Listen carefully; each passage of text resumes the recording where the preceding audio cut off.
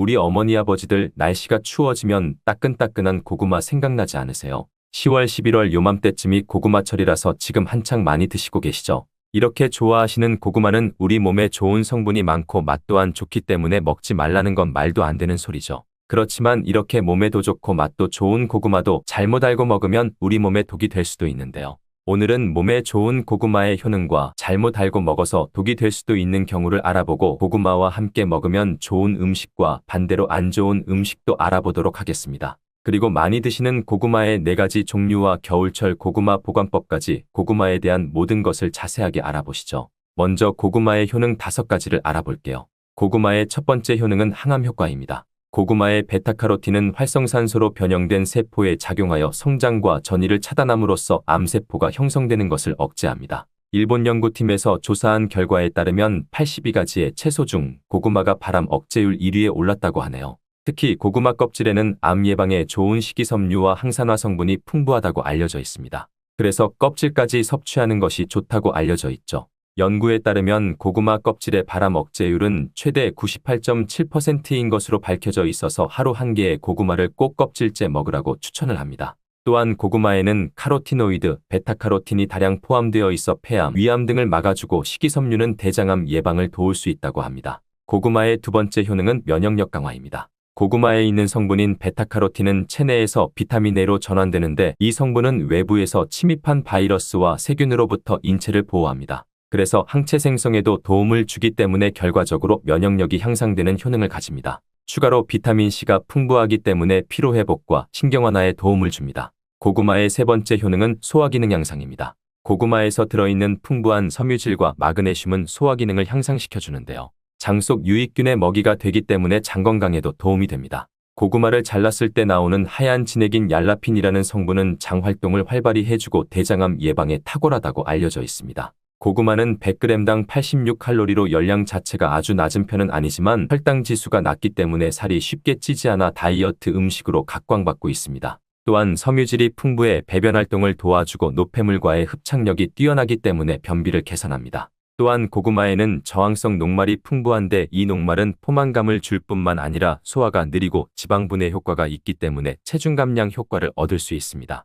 고구마의 네 번째 효능은 노화 예방입니다. 고구마에는 비타민C와 E, 베타카로틴 등이 많이 함유되어 있어 노화 유발을 하는 활성산소를 억제하여 주는 기능을 합니다. 안토시아닌은 세포 손상을 막아주고 생성 촉진을 하여 피부에 탄력이 생기도록 도와줍니다. 고구마의 다섯 번째 효능은 혈관을 튼튼하게 해줍니다. 고구마에는 칼륨이 많아 체내 나트륨을 몸 바깥으로 내보내주고 혈압이 정상적으로 유지될 수 있게 도와줍니다. 이로 인하여 고혈압 등의 혈관 관련 질병의 예방을 돕습니다. 그리고 비타민 B의 복합체 판토텐산이 들어있어 코르티솔 분비를 촉진하여 스트레스나 혈압 수치가 높아지는 것을 막아줄 수 있습니다. 고구마는 이렇게 효능만 봐도 안 먹을 수 없는 정말 최고의 식품인데요. 그런 고구마도 경우에 따라서 몸에 좋을 수도 있고 독이 될 수도 있습니다. 그래서 고구마 먹을 때 독이 되는 경우는 총 5가지가 있는데 어떤 경우인지 알아볼게요. 고구마가 독이 되는 경우 첫 번째는 고구마에 검은 반점이 있는 고구마를 무심코 그냥 먹는 경우인데요. 고구마를 드시다 보면 검은 반점같이 생긴 것이 보이는 고구마가 있을 수 있어요. 이 고구마를 대수롭지 않게 여기고 그냥 드시면 절대 안 됩니다. 이 검은 반점은 고구마에 생긴 검은 무늬병인데요. 고구마 검은 무늬병은 수확 과정에서 생긴 상처를 통해 균이 침입하게 되어 생기는 병입니다. 수확 초기에는 잘 티가 나지 않고 저장하는 과정에서 발병하게 되는데 검은 반점들이 생기며 그 반점들이 시간이 지날수록 전체적으로 퍼지게 됩니다. 검은 반점에는 이포메아 마론이라는 강력한 독소가 들어 있습니다. 이 독소가 생성되게 되고 이 상태로 섭취하게 되면 식욕감퇴, 호흡곤란, 설사 등의 증세가 보이며 심하면 폐와 간을 괴사시키기도 합니다. 그래서 폐와 간에 관련된 질환자나 노약자의 경우라면 특히 고구마를 섭취할 때 이러한 병에 감염된 고구마가 아닌지 꼭 확인해 주시는 게 좋습니다. 간혹 검게 변한 부분만 도려내 드시는 분들이 있는데요. 검게 변한 부분이 있다면 이미 전체에 퍼진 상태이며 열을 가하거나 익혀도 병균이 사라지지 않으니 꼭 고구마를 통째로 폐기해 주시길 바랍니다. 고구마가 독이 되는 경우 두 번째는 위장이 약한 분들입니다. 평소 고구마를 먹고 소화가 안 되어 더부룩한 느낌이 들었거나 속쓰림 현상이 심해진 경험이 있다면 위장이 약한 사람으로서 고구마를 섭취하지 않는 것이 좋습니다. 고구마에 함유되어 있는 타닌과 아교질 성분은 위벽을 자극하여 위산 분비를 촉진하기 때문에 각종 위장 장애를 유발할 수 있기 때문입니다. 무시하고 계속 먹는다면 위험의 위궤양까지 올 수 있으니 이런 분들은 특히 조심하셔야겠죠. 고구마가 독이 되는 경우 세 번째는 당뇨가 있으신 분들입니다. 고구마는 당이 많이 들어있는 식품이라 당뇨 환자가 섭취할 경우 혈당이 급격하게 상승될 우려가 있습니다. 당뇨병 환자의 경우 혈당 조절을 하는 것이 쉽지 않기 때문에 과도한 당질 섭취 우려가 있는 고구마는 최대한 피하는 것이 좋습니다. 먹더라도 소량만 드시는 것을 권장하며 고구마 섭취 전후로 혈당 체크를 해볼 필요가 있습니다. 고구마를 먹는 방법에도 당 성분의 차이가 많이 나는데요. 많이 먹는 방법으로 고구마를 쪄서 먹는 방법이 있고 군고구마로 먹는 방법 그리고 생으로 먹는 방법이 있는데요. 특히 군고구마의 경우 만들 때 열을 서서히 높여 오래 익히기 때문에 전분이 당으로 바뀌는 시간이 충분해서 생고구마나 찐 고구마보다 훨씬 당이 높아지게 됩니다. 고구마의 혈당 지수는 생고구마의 경우 55, 찐고구마 70.8, 군고구마는 90.9 정도입니다. 고구마가 당뇨에 좋다고 하는 분들도 있는데 생고구마가 당뇨나 당이 높으신 분들에게 추천하는 고구마입니다. 생고구마에는 식이섬유가 풍부하여 섭취하게 되면 다당류인 전분이 단당류로 천천히 전환되기 때문에 급격한 혈당 상승을 막아줍니다. 특히 밤고구마, 호박고구마 많이 드시는데요. 이 고구마는 당지수가 높아 혈당을 급격히 올리기 때문에 당이 높거나 당뇨가 있으신 분들은 피하시는 게 좋습니다. 그렇다고 몸에 좋은 성분들이 많은 고구마를 이런 분들은 먹으면 안 되는 걸까요? 이런 분들에게 꼭 맞는 혈당 문제를 해결해주는 고구마가 있는데요. 바로 자색고구마입니다. 자색고구마는 안토시아닌이 풍부해 당뇨를 예방하는 식품으로 알려져 있고 항산화 작용과 노화 방지 기능까지 있는 고구마인데요. 자색고구마는 일반 고구마에 비해 3배 이상 많은 안토시아닌 함량을 가지고 있으니 꼭 드셔야겠죠. 특히 자색고구마로 유명한 해남 자색고구마가 지금이 딱 수확철이라서 1년 중 지금밖에는 먹을 수 없습니다. 고구마가 독이 되는 경우 네 번째는 신장이 약한 분들입니다. 고구마는 한 개당 칼륨이 약 13% 들어있을 정도로 풍부한 음식입니다. 칼륨은 체내 나트륨 수치를 조절해 신체 수분을 조절하고 혈압을 개선하여 뇌졸중이나 심근경색 등 혈관 질환의 발생과 사망률을 줄여주는 역할을 합니다. 하지만 이렇게 칼륨이 풍부한 고구마는 신장이 약하신 분들에게는 오히려 독이 될 수 있는데요. 신장 기능이 떨어져 있는 분들은 칼륨 배출이 원활하지 못하기 때문에 그대로 혈액에 쌓이면서 칼륨 농도가 높아져 고칼륨 혈증을 유발할 수 있습니다. 체내에 칼륨이 과도하게 축적되면 부정맥 등을 비롯한 각종 심장질환을 유발할 우려가 있으므로 신장 약한 분은 꼭 삼가시길 바랍니다. 이렇게 칼륨은 콩팥에 부담을 주므로 신장 관련 질환이 있는 사람들은 먹을 때 조심해야 하고 옥살산 성분이 포함되어 있어 과하게 먹을 시 요로결석 일으킬 수 있습니다. 고구마가 독이 되는 경우 다섯 번째는 담배를 피는 사람입니다. 담배와 고구마가 무슨 상관이 있나 생각하실 텐데요. 고구마의 풍부한 베타카로틴 성분은 노화와 질병을 유발하는 활성산소를 제거하고 염증 질환 및 암 예방에 효과가 있으며 피부세포의 성장과 재생을 촉진하는 강력한 항산화 물질입니다. 하지만 오랫동안 흡연을 한 분들에게는 이 베타카로틴 성분이 오히려 독으로 작용하여 폐암을 유발한다는 연구 결과가 있는데요. 미국 국립보건원의 연구에 따르면 하루 베타카로틴 섭취량이 20에서 30mg 섭취하는 흡연자는 베타카로틴을 복용하지 않는 흡연자에 비해 폐암 발생 위험이 24% 증가한 것으로 나타났습니다. 고구마에는 품종에 따라 차이가 있으나 대체로 속이 노란 품종의 고구마일수록 베타카로틴의 함량이 높은데요. 베타카로틴은 폐가 건강한 분들에게는 폐암 예방에 도움이 될 수 있지만 반대로 흡연자의 경우 과량 섭취하면 오히려 폐암 위험을 증가시킬 수 있습니다. 그렇다고 흡연자분들은 고구마를 무조건 먹으면 안 된다는 건 아니고요. 너무 자주 많이 먹지만 않는다면 폐암까지는 생기는 경우는 없을 거라고 생각합니다. 하지만 고구마가 흡연자에게 안 좋은 영향을 줄 수 있다는 정보를 아셨으니 이제부터는 조심해서 먹는 게 좋겠죠. 고구마 드실 때 다른 여러 가지 음식들과 같이 드시는 경우가 있는데요. 지금부터는 고구마와 함께 먹었을 때 궁합이 잘 맞는 음식과 함께 먹으면 궁합이 안 맞는 음식을 알아볼게요. 고구마와 함께 먹으면 좋은 음식 첫 번째는 동치미입니다. 고구마에 들어있는 전분이 감자나 옥수수에 들어있는 것보다 점도가 더 높다고 합니다. 꼭꼭 씹어도 뭉치는 성질이 강하다는 것이죠.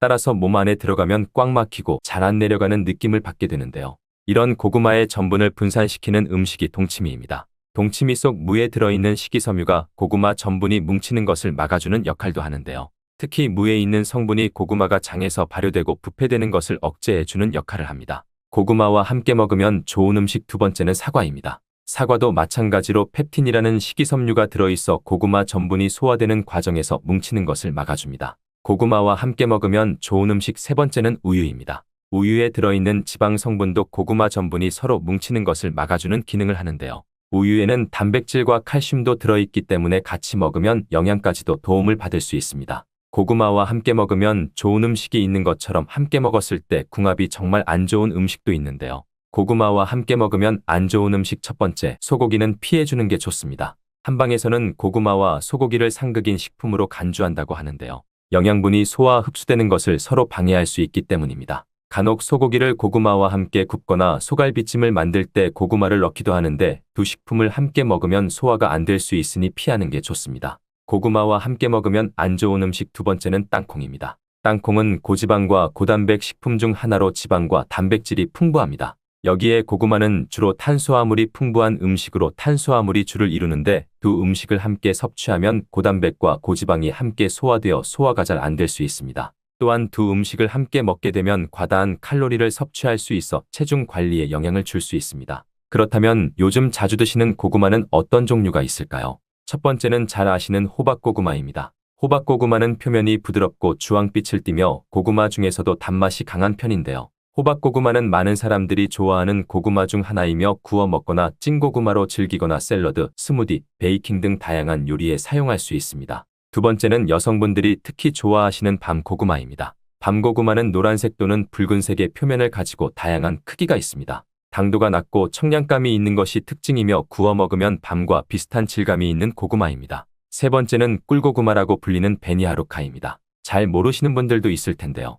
베니하루카라는 품종인 꿀고구마는 호박고구마와 밤고구마를 교배시켜서 만든 새로운 품종의 고구마입니다. 밤고구마의 맛있는 밥맛과 호박고구마의 부드러운 감촉 둘 다 가지고 있는 고구마라고 보시면 됩니다. 꿀고구마는 해남 지역에서 특히 재배를 많이 하고 있습니다. 네 번째는 자색고구마입니다. 자색고구마는 보라 발색 물질인 안토시아닌으로 유명합니다. 이는 강력한 항산화 성분으로서 건강에 많은 이점이 있는 고구마입니다. 이외에도 자색고구마는 다양한 영양소를 보유하고 있는데요. 일반적으로 껍질이 보라색이고 속살도 보라색을 띠는 것이 특징인 고구마입니다. 고구마는 인기가 많고 수확 시기가 늦가을로 정해져 있어서 박스채로 사서 보관하면서 드시는 분들이 많은데요. 보관하실 때 몇 가지만 주의하시면 항상 맛 좋은 고구마를 드실 수 있습니다. 고구마 보관하는 법 지금부터 알아볼게요. 고구마를 받으면 먼저 상처난 고구마가 있는지 확인해 주세요. 고구마는 껍질이 얇아 상처나기도 쉽고 상처나면 수분으로 썩거나 곰팡이 나기 쉬워요. 따라서 옆 고구마까지 영향을 미칠 수 있으니 곤란해서 먼저 드시거나 따로 보관해 주세요.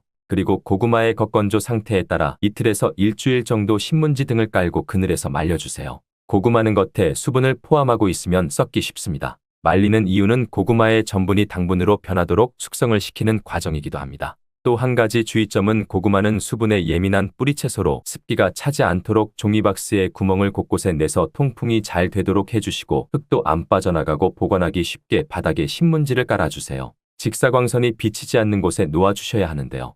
햇빛에 직접적으로 닿으면 온도 변화에 의해 상할 수 있습니다. 그리고 고구마는 온도와 수분에 예민해서 옮기게 되면 환경이 변하면서 고구마 맛이 변하게 돼요. 상처가 나서 썩기도 쉬워지고요. 적당한 온도는 13에서 16도 정도 되는 곳인데 아파트에서는 신발장 앞 전실이나 베란다 같은 곳이 되겠죠. 이제는 고구마에 대해 너무 잘 아셔서 누가 고구마에 대해 물어보면 고구마 박사라고 해도 되실 거예요.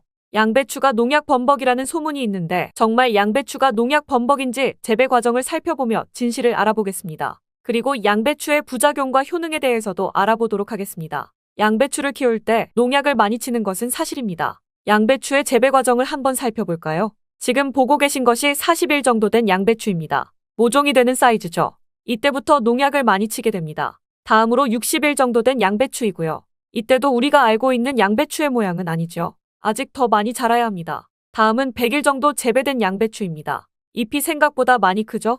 양배추의 모양은 보통 동그란 공처럼 생겼는데 이것은 꼭 다른 채소같이 생겼습니다. 120일 정도 되면 이렇게 자라는데요. 가운데 보이시나요? 가운데 동그랗게 생긴 게 있죠? 이것은 결구하고 하는데요. 공처럼 생겼다고 해서 결구입니다. 이것이 우리가 먹는 양배추예요. 결구를 겹겹이 싸고 있는 잎이 있기 때문에 농약을 아무리 많이 쳐도 우리가 먹는 양배추에는 농약이 닿질 않아요. 농약뿐 아니라 다른 이물질도 거의 묻지 않아요. 양배추에 농약을 많이 쓰는 것은 맞지만 보셨다시피 농약이 묻은 잎은 다 제거하고 결구만 유통되기 때문에 양배추의 농약은 거의 묻어있지 않습니다. 그뿐 아니라 결구가 생길 때쯤이면 벌레가 거의 없기 때문에 농약도 더 이상 치지 않습니다. 이렇게 결구가 생기고 20일 정도 더 키우면 우리가 먹는 양배추 크기가 되는데요. 이때 양배추를 수확하여 겉에 농약 묻은 잎은 다 잘라내고 깨끗한 결구만 유통이 되는 것입니다. 이제 안심하고 양배추 드셔도 되겠죠? 그렇다면 정말 안심하고 드셔도 될까요? 그렇지 않습니다. 양배추를 드시면 안 되는 분들이 있어요. 이런 분들 4가지 유형에 대해 바로 알려드릴게요. 첫 번째는 바로 과민성 대장증 후군이 있는 분들입니다. 양배추에 함유된 특정 당분이 가스를 형성하게 되는데 과민성 대장증 후군이 있는 분들이 양배추를 드시면 장이 팽창되고 복부팽만이 일어나며 설사를 유발하게 됩니다. 두 번째는 위축성 위염, 장상피화생이 있는 분들입니다. 위장점막이 위축되어 있고 변성이 심한 경우인데요. 이런 분들은 양배추가 몸에 잘 맞지 않습니다. 이런 분들이 양배추를 드시면 속쓰림이 심해집니다. 공복 속쓰림에는 양배추가 도움이 될 수 있지만 식후에 속쓰림이 있는 분이라면 위장 점막에 문제가 있을 가능성이 많으니 양배추를 피하시는 것이 좋습니다. 세 번째는 갑상선 기능이 저하된 분들입니다. 이런 분들은 양배추를 드실 때 절대 생으로 드시지 마시고 쪄서 드시길 추천드립니다. 그렇다고 양을 많이 드시면 안 되고요. 한 번 드실 때 150g 정도로 일주일에 한두 번 정도만 드시는 것이 좋습니다. 왜냐하면 양배추에는 고이트로젠이라는 성분이 많이 포함되어 있는데 이것이 갑상선의 기능을 방해하게 됩니다. 이것을 많이 드신다면 갑상선 저하증을 유발할 수도 있습니다. 그런데 이 고이트로젠에 열을 가하면 이 성분이 비활성화가 되기 때문에 쪄서 드시라는 것입니다. 다만 갑상선에 문제가 전혀 없는 분들이라면 양배추를 생으로 조금씩 드시는 것이 좋습니다. 양배추에는 설포라판이라는 성분이 있는데 이것은 강력한 항암, 항산화 작용을 하는 좋은 성분인데요.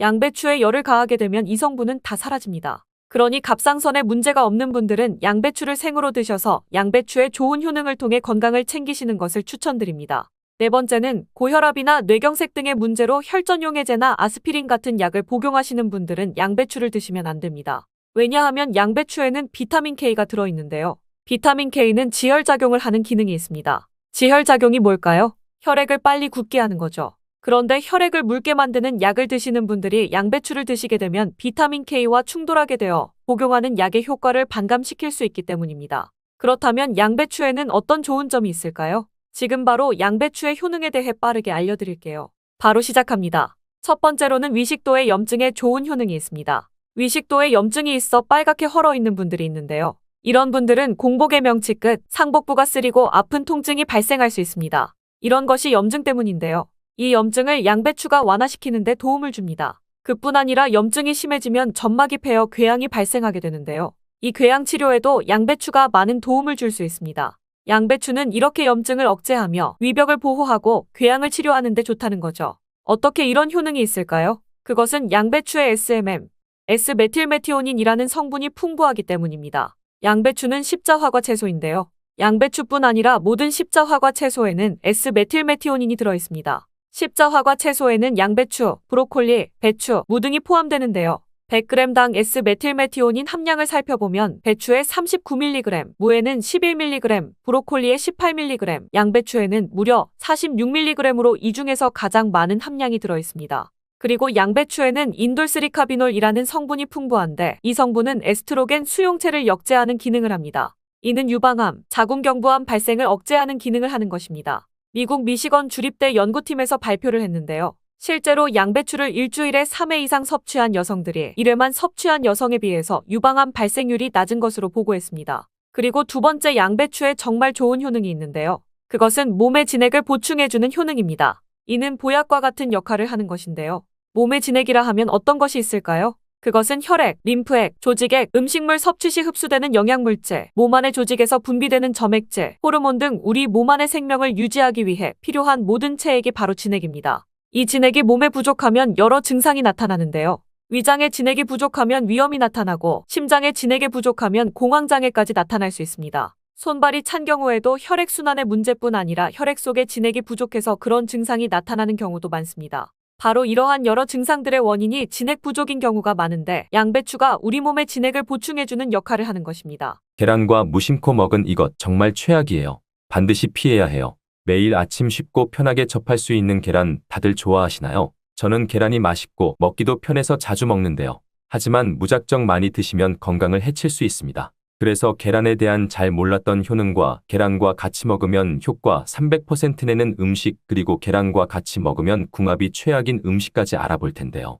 영상을 끝까지 보시면 계란을 정말 건강하게 먹는 방법을 배울 수 있을 거예요. 계란은 우리 식탁에서 빠질 수 없는 음식이니 주변 분들에게 전달해 주셔서 함께 건강했으면 좋겠습니다. 계란의 주성분으로는 단백질, 비타민, 미네랄 등 다양한 영양소가 풍부하게 들어있어서 우리 식단에서 중요한 역할을 합니다. 그리고 계란의 구조는 크게 껍질, 흰자, 노른자로 나눌 수 있는데요. 껍질은 칼슘 카보네이트로 구성되어 있어서 단단하고 껍질 안쪽에는 공기가 들어있는 공기세포가 있습니다. 껍질 안쪽 흰자는 주로 단백질로 이루어져 있고 수분과 미네랄도 포함하고 있는데요. 흰자 안에 있는 노른자는 흰자보다 영양소가 풍부한 부분으로 단백질과 지방, 비타민, 미네랄 등이 함유되어 있습니다. 그렇다면 계란에는 어떤 효능이 있을까요? 지금부터 평소에 잘 알지 못했던 계란의 효능에 대해 자세하게 알아보겠습니다. 계란의 효능 첫 번째, 바로 최고의 단백질 공급원입니다. 단백질은 우리 몸의 중요한 구성 요소로 근육, 피부, 뼈, 헤어, 손톱 등의 형성에 필요하며 효소, 호르몬, 항체 등의 생산에도 중요한 역할을 합니다.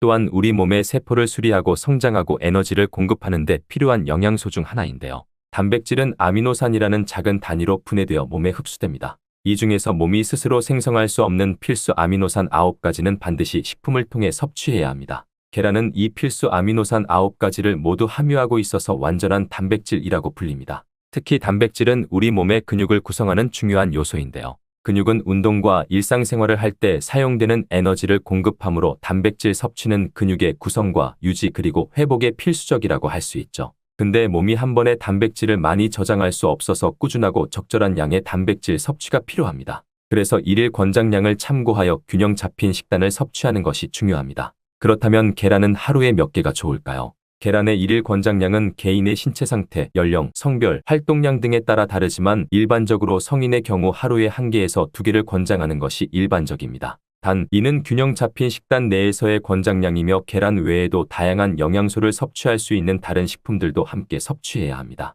또한 계란 노른자에는 콜레스테롤이 많이 함유되어 있는데요. 콜레스테롤 수치에 문제가 있는 사람이나 특정 질환을 가진 사람은 의사의 지시에 따라 섭취량을 조절해야 합니다. 계란의 효능 두 번째는 눈 건강에 좋다는 건데요. 계란의 노른자 부분에는 루테인과 제아잔틴이라는 2가지 중요한 항산화 성분이 풍부하게 들어 있습니다. 이것은 특히 노란색과 주황색의 채소에도 많이 들어 있으며 우리 눈의 황반 부분에 존재하는 성분이죠. 루테인과 제아잔틴은 우리 눈을 자외선으로부터 보호하고 노화로 인한 황반 변성을 예방하는 데 도움이 됩니다. 여기서 황반 변성은 나이가 들면서 시력을 저하시키는 주요 원인 중 하나인데요. 이 2가지 성분은 청록색과 청색 빛을 흡수하여 눈의 망막을 보호하는 역할을 합니다. 또한 루테인과 제아잔틴은 강력한 항산화 성분으로 눈을 자유 라디칼로부터 보호합니다. 자유 라디칼은 환경적 요인 스트레스, 노화 등으로 발생하며 세포를 손상시키는 것을 말하는데요. 이런 손상이 눈에 일어나면 시력 저하를 일으킬 수 있습니다. 실제로 여러 연구에서 루테인과 제아잔틴의 섭취가 황반 변성의 위험을 줄이는 데 도움이 된다는 결과를 보여주었는데요.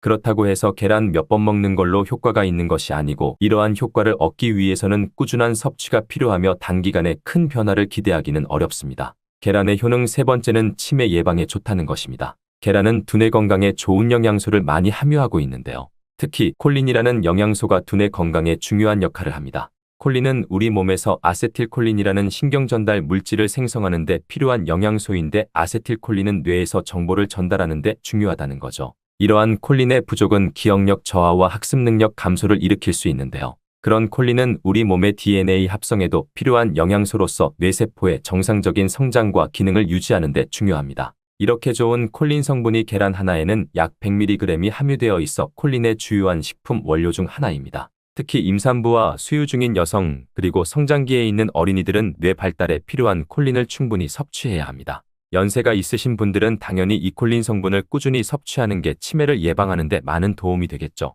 그러나 콜린만으로 두뇌 건강을 유지하는 것은 아니며 균형 잡힌 식단과 건강한 생활 습관이 함께 필요합니다. 계란의 효능 네 번째는 뼈 건강에 무척 좋습니다. 계란은 뼈 건강을 유지하는 데 도움이 되는 여러 가지 영양소를 함유하고 있는데요. 특히 비타민 D와 칼슘이 많이 들어 있습니다. 계란의 노른자 부분에는 비타민 D가 함유되어 있는데 이 비타민 D는 칼슘과 인의 흡수를 돕고 이들을 이용해 뼈를 건강하게 유지하는 데 필요합니다. 만약 비타민 D가 부족하면 뼈 약화와 함께 골다공증의 위험을 높일 수 있겠죠. 또한 계란 껍질에는 칼슘이 풍부하게 들어 있는데요. 칼슘은 우리 뼈를 구성하는 데 필수적인 미네랄입니다. 또한 신경전달, 혈액응고, 근육수축 등의 몸의 다른 중요한 기능에도 중요한 역할을 하고 있죠. 그리고 계란에는 고품질의 단백질이 풍부하게 들어있는데요. 프로틴이라고 불리는 이 단백질은 뼈 조직을 구축하고 수리하는 데 필요하며 뼈의 강도를 유지하는 데도 도움을 줍니다. 계란의 효능 5번째는 혈압 조절에 도움이 된다는 것입니다. 계란은 혈압 조절에 도움이 될 수 있는 성분들을 함유하고 있는데요. 특히 펩타이드가 그러한 역할을 합니다. 펩타이드가 뭐냐면 계란의 단백질이 소화 과정에서 분해되면 펩타이드라는 작은 단위로 변하는데요. 특히 계란의 펩타이드 중 일부는 혈압을 낮추는 효과가 있다는 연구 결과가 있습니다. 이 펩타이드들은 혈관을 확장시키는 효과를 가지며 이를 통해 혈압을 낮추는 역할을 하는 거죠. 또한 계란은 고단백 식품으로 단백질 섭취는 혈압 조절에 도움이 될 수 있습니다. 단백질은 혈압을 유지하는 데 필요한 신체의 여러 기능을 지원하는데 여기서 오해하고 계시는 부분은 계란에는 콜레스테롤이 많이 들어있지만 대부분의 사람들에게서는 계란에 있는 콜레스테롤 섭취가 혈압에 큰 영향을 미치지 않습니다. 실제로 콜레스테롤 섭취와 고혈압 사이의 관계는 아직 명확히 밝혀지지 않았습니다. 이렇게 효능이 좋은 계란도 어떤 것과 먹는지에 따라 효과가 엄청나게 많이 차이 나는데요. 지금부터 계란과 함께 먹으면 효과를 300% 극대화시키는 음식 3가지 알아보겠습니다. 계란과 함께 먹으면 좋은 음식 첫 번째는 토마토입니다. 아시다시피 토마토와 계란을 함께 먹는 것은 각각의 영양소 흡수를 극대화하는 효과가 있습니다. 그렇다면 토마토와 계란은 왜 같이 먹으면 효과가 극대화될까요? 토마토는 항산화 성분인 리코펜이 풍부하게 들어있는데요. 리코펜이라는 성분은 강력한 항산화 효과를 가지고 있어 세포를 손상시키는 자유라디칼로부터 우리 몸을 보호하는 데 도움이 되고 특히 리코펜은 심장질환과 특정 종류의 암 예방에 도움이 될 수 있습니다. 근데 여기서 중요한 게 이 리코펜은 지방과 함께 섭취되어야 체내에서 잘 흡수된다는 겁니다. 계란의 경우 노른자 부분에 건강에 좋은 지방이 들어있습니다. 이 지방은 리코펜의 흡수를 촉진하므로 토마토와 계란을 함께 섭취하면 리코펜의 효과를 극대화시킬 수 있는 거죠. 이것뿐만이 아니라 계란의 단백질과 토마토의 비타민C는 서로 상호작용하여 체내에서의 흡수를 높여주며 이로 인해 면역력 증진과 피부 건강에도 도움이 됩니다. 같이 안 먹을 이유가 없겠죠. 근데 요즘 토마토 중에서 스테비아 토마토라고 들어보셨나요? 이게 뭐냐면 토마토에 스테비아라는 식물의 천연원료를 첨가시켜서 맛이 정말 좋은 방울토마토인데요. 설탕보다 200배 이상 달지만 당은 흡수가 안 되어 당 걱정 없이 먹을 수 있는 스테비아를 첨가시킨 토마토랍니다. 일반인뿐 아니라 당지수가 높거나 당뇨가 있으신 분들도 걱정 없이 드실 수 있는 방울토마토입니다. 계란과 함께 먹으면 좋은 음식 두 번째는 시금치입니다. 시금치 좋아하시죠? 건강에 좋은 음식인 건 당연히 아실 거고요. 근데 계란과 같이 먹으면 계란의 비타민 B12와 시금치의 철분이 서로 상호작용하여 체내에서 더 잘 흡수되고요. 철분과 비타민 B12는 함께 작용하여 빈혈을 예방하고 적혈구생성을 돕는 역할을 합니다. 그리고 시금치에는 지용성 비타민인 비타민 A, K, E가 들어있습니다. 이러한 비타민들은 지방과 함께 섭취되어야 체내에서 잘 흡수되는데요. 계란의 노른자 부분에는 건강에 좋은 지방이 풍부하게 들어있어 이 지방이 토마토와 마찬가지로 시금치의 지용성 비타민 흡수를 돕습니다. 또한 계란은 고단백 식품이며 시금치는 식이섬유가 풍부합니다. 이 두 성분이 함께 섭취되면 포만감을 높여주고 소화 기능을 개선하는 데 도움이 됩니다. 계란과 함께 먹으면 좋은 음식 세 번째는 잣, 호두 같은 견과류입니다. 단백질과 건강한 지방의 조합이라고 생각하시면 되는데요. 잣과 호두 같은 견과류는 건강에 좋은 지방, 특히 오메가3 지방산이 풍부합니다. 또한 계란의 단백질은 근육 건강에 필수적이며 오메가3 지방산은 심장 건강에 좋습니다. 그렇다면 이 두 성분이 함께 섭취되면 어떨까요? 바로 체내의 신체 기능을 개선하고 심장 질환의 위험을 줄이는 데 도움이 되는 시너지 효과가 극대화되는 것이죠. 또한 견과류에는 비타민 E가 풍부하게 들어있는데 이 비타민은 강력한 항산화제로 세포를 자유 라디칼로부터 보호하는 데 중요한 역할을 합니다. 계란의 노른자 부분에는 비타민 E의 흡수를 돕는 지방이 들어있고요. 따라서 견과류의 건강한 지방과 식이섬유 그리고 계란의 단백질은 함께 섭취되었을 때 더욱 높은 포만감을 줄 수 있습니다. 이는 식사 후에 과식을 방지하고 체중 관리 특히 다이어트에도 도움이 많이 되는 거죠.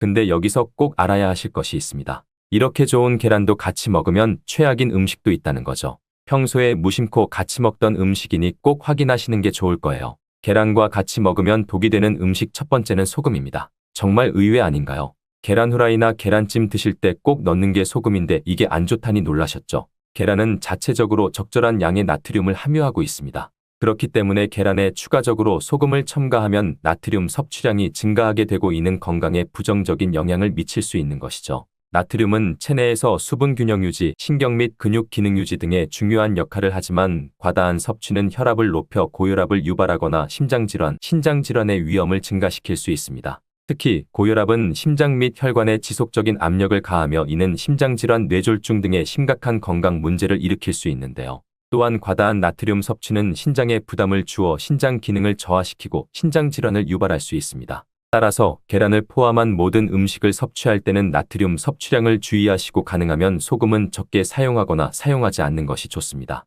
우리가 평소에 먹는 음식들에 은근히 나트륨 함량이 많이 있으니 계란 드실 때만이라도 소금을 넣지 말고 드시는 것을 추천드립니다. 계란과 같이 먹으면 독이 되는 음식 두 번째는 녹차나 홍차입니다. 녹차와 홍차에는 탄닌이라는 성분이 들어있는데요. 탄닌은 식품의 맛을 쓰게 만드는 성질이 있으며 단백질과 결합하여 몸이 단백질을 흡수하는 것을 방해할 수 있습니다. 계란은 단백질이 풍부한 식품이기 때문에 계란과 녹차나 홍차를 함께 섭취하면 단백질의 흡수가 방해될 수 있습니다. 또한 탄닌은 철분의 흡수를 방해하는 성질도 있습니다. 계란에는 철분이 들어있으므로 계란과 녹차나 홍차를 함께 섭취하면 철분의 흡수가 방해될 수 있습니다. 이는 특히 철분 섭취가 중요한 임산부나 빈혈이 있는 사람들에게는 더욱 주의해야 할 사항입니다. 계란과 같이 먹으면 독이 되는 음식 세 번째는 우유입니다. 계란찜할 때 부드럽게 하려고 물 대신 우유를 사용하기도 하시는데요. 앞으로는 절대로 우유로 계란찜을 하시면 안 됩니다. 우유에는 불소라는 성분이 있는데요. 불소는 계란의 단백질과 결합하여 몸에서 흡수되기 어렵게 만드는 성질이 있습니다.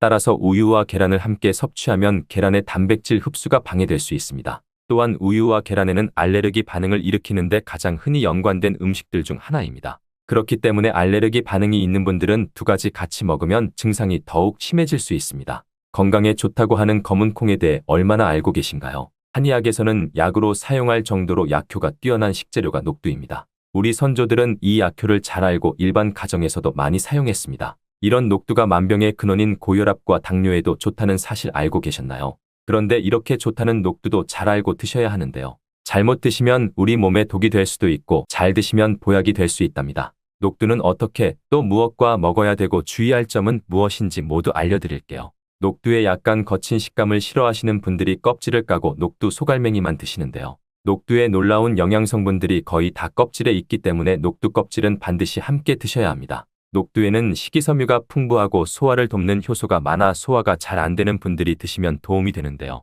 녹두의 풍부한 식이섬유가 장 운동을 활발하게 하고 소화를 돕는 효소가 장내에 유익균을 풍성하게 해주어 장 건강을 개선해 줄 수 있습니다. 우리의 선조들은 기력이 많이 약해진 환자에게 녹두죽을 먹여 몸을 회복시켜 주었는데요. 그만큼 몸이 약해진 환자들의 몸에도 흡수가 잘 될 만큼 녹두가 우리 몸에 좋다는 것이지요. 놀랍게도 녹두에는 마그네슘, 칼슘과 같은 미네랄 성분들도 풍부한데요. 풍부한 칼슘은 골다공증을 예방하고 뼈를 튼튼하게 하는 데에도 탁월한 효능을 발휘합니다. 칼슘이 뼈를 이루는 주 성분인 것은 잘 알고 계시죠? 마그네슘은 이런 필수 미네랄인 칼슘의 흡수를 도와주기 때문에 녹두가 뼈 건강에도 놀라운 효능을 발휘할 수 있는 것이랍니다. 녹두의 성질이 차기 때문에 몸이 찬 분들은 주의해서 드셔야 하는데 이 때문에 녹두의 껍질을 벗기고 드시는 분들이 있는데요. 마늘과 함께 드신다면 몸이 찬 분들도 걱정 없이 녹두를 드실 수 있습니다. 마늘의 따뜻한 성질이 녹두의 찬 성질을 중화시켜주기 때문이죠.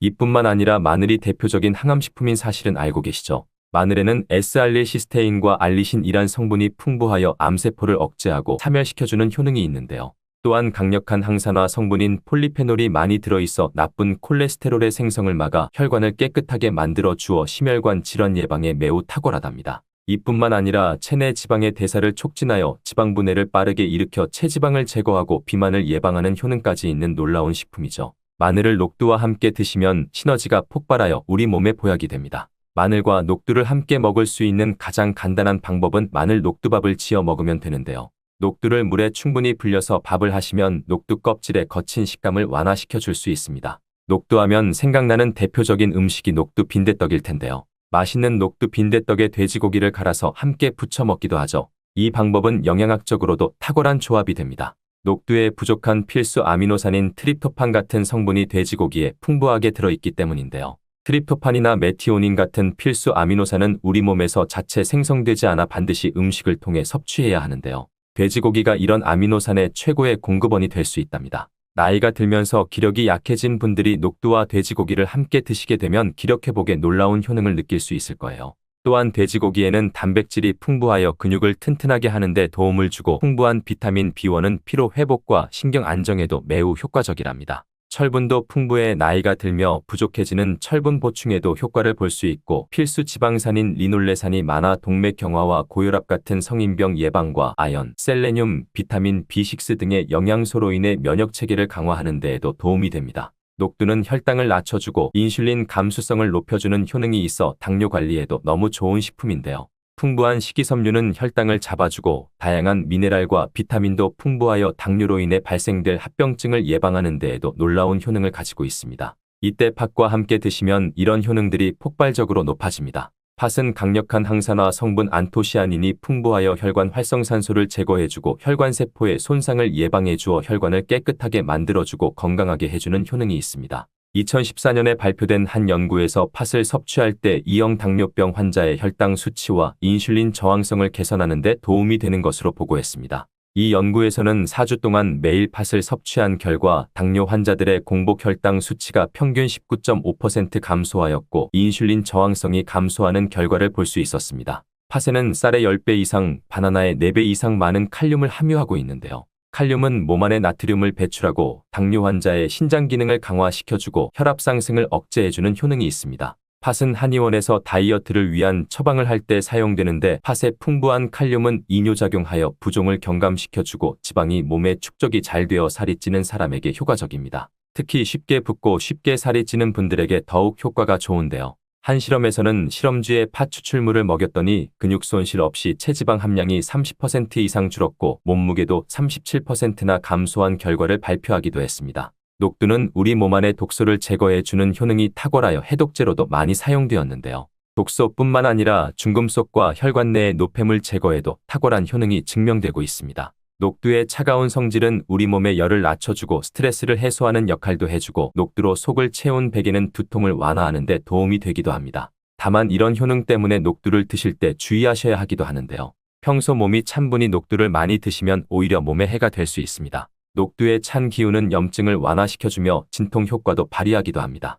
스트레스로 열이 오르고 신경이 예민해지는 증상도 완화시켜줄 수 있습니다. 다만 평소에 몸이 찬 분들이 녹두를 많이 드시면 위장장애를 일으켜 복통과 설사 같은 증상이 나타날 수 있습니다. 이런 분들이 녹두를 드시려면 앞에서 알려드린 대로 마늘과 함께 드시기 바랍니다. 나이가 들면서 한의원에서 지은 보약을 드시는 분들이 많아지는데요. 보약, 한약을 드실 때에는 녹두를 드시면 안 됩니다. 녹두가 보약의 약효를 모두 사라지게 만들 수 있는데요. 그 이유는 바로 녹두의 강력한 해독작용 때문입니다. 녹두의 해독작용은 가장 중요한 장기 중 하나인 간에 많은 도움을 주는데요. 간이 우리 몸의 독소를 해독해주는 역할을 해주는 장기이죠. 녹두는 이런 간의 기능을 도와주게 되는데 간 기능을 강화해줘 피로회복에도 효과적이지만 보약에는 상극인 것이죠. 보약의 효과도 녹두의 해독작용 때문에 전부 사라져버릴 수 있기 때문입니다. 그래서 한의원에서 한약을 지으면 녹두, 숙주나물을 먹지 말라고 꼭 안내해 주는 것이랍니다. 이런 녹두의 해독작용은 녹두의 껍질에 있는 성분 때문에 나타나게 되는데요. 따라서 껍질을 제거하고 만든 요리나 녹두 전분으로 만든 청포묵, 녹두당면을 드시면 녹두의 해독작용은 누릴 수 없습니다. 물론 녹두 껍질을 제거해도 알맹이에도 영양성분들이 풍부한데요. 녹두의 풍부한 소화효소들로 인해 장내 유익균이 많아지고 이런 유익균이 녹두의 전분 성분을 소화시키는 과정에서 낙산염이란 성분이 만들어집니다. 이 낙산염은 소화기관에 이로운 영양성분을 공급해 주어 소화기관의 면역력이 강화되고 대장암을 예방해주는 효과까지 있다고 합니다. 녹두에는 칼륨이 풍부해 나트륨을 배출해줘 당뇨 예방에 도움이 되지만 신장이 약하신 분들에게는 독이 될 수 있습니다. 신장이 약하신 분들이 녹두를 많이 드시게 되면 칼륨이 몸속에 많이 들어가게 되고 칼륨이 몸 밖으로 제대로 배출되지 못해 혈액 내의 칼륨의 농도가 높아져 고칼륨 혈증이 발생할 수 있습니다. 그렇게 되면 근육마비와 부정맥, 심장마비 등의 위험한 증상이 발생할 수 있으니 주의하셔야 합니다. 미역국에 이건 넣지 말라고 하니 깜짝 놀라셨나요? 평소 무심코 한 이 행동 때문에 암과 치매에 걸릴 수 있습니다. 미역에는 풍부한 영양성분이 있어 당뇨 예방, 골다공증 예방, 심혈관 질환 예방, 암 예방 등 다양한 효능을 갖고 있기도 하죠. 그렇다면 미역은 어떻게 먹어야 암과 치매에 안 걸리고 우리 몸을 건강하게 만드는 보약이 될까요? 미역국 끓일 때 고소한 들기름에 미역을 달달 볶아서 끓여 먹으면 정말 맛있잖아요. 그런데 절대로 미역을 볶을 때 들기름을 넣고 조리하시면 안 됩니다. 들기름은 오메가3 지방산과 리놀레산 성분이 풍부하여 혈관의 콜레스테롤을 제거하고 노폐물을 배출하여 혈관을 건강하게 해줍니다. 또한 동맥 경화를 방지하여 심혈관 질환을 예방하고 뇌신경을 활발하게 하여 치매 예방에도 좋은 효능이 있습니다. 그런데 들기름은 발연점이 낮아 열을 가하게 되면 산패가 되어 좋은 성분은 없어지고 1급 발암물질인 벤조피렌이 생성됩니다. 벤조피렌은 암을 발생시킬 뿐만 아니라 내분비계에 장애를 일으키고 뇌 건강에 악영향을 주는 정말 위험한 물질입니다. 건강에 좋은 줄 알고 넣은 들기름 때문에 오히려 건강을 해치는 독을 먹는 상황이 되는 것이죠. 들기름은 미역국을 다 끓인 다음에 마지막에 한 스푼 넣어 드시면 들기름의 효능과 고소한 맛을 온전히 누릴 수 있답니다. 미역과 함께 드시면 절대 안 되는 두 번째 음식은 바로 대파입니다. 다른 국이나 찌개를 끓일 때에는 파를 꼭 넣는데 유독 미역국을 끓일 때에는 왜 파를 넣지 않는 것일까요? 그 이유는 미역과 대파 둘 다 알긴산이라는 성분이 있는데 이 알긴산은 미끌거리는 식감이 있습니다. 함께 드시게 되면 식감이 나빠지는 이유도 있지만 식감보다도 더 중요한 이유가 있답니다. 대파에는 인과 유황 성분이 있는데요. 미역과 대파를 함께 드시게 되면 대파의 인과 유황 성분 때문에 미역에 함유된 칼슘의 흡수를 방해받게 됩니다. 미역에는 칼슘이 엄청나게 많이 들어있는데요. 미역에 함유된 칼슘의 함량은 100g당 약 960mg이고요. 우유에 함유된 칼슘의 함량은 100g당 약 105mg입니다. 미역에 함유된 칼슘의 함량은 우유보다 9배 정도나 더 많다는 것이지요. 하루 칼슘의 권장 섭취량이 1000mg인데요. 미역국을 한 그릇만 드셔도 충분히 섭취하실 수 있는 양입니다. 우유를 소화 못 시키시는 분들이 칼슘을 섭취하기 위해서는 미역이 정말 좋은 식품이 되는 것이죠. 이렇게 많은 칼슘은 우리 몸의 뼈를 튼튼하게 해주고 골다공증 예방에 도움을 주는데요. 이 골다공증 예방은 50대 이후의 여성분들에게는 정말 중요한 효능입니다.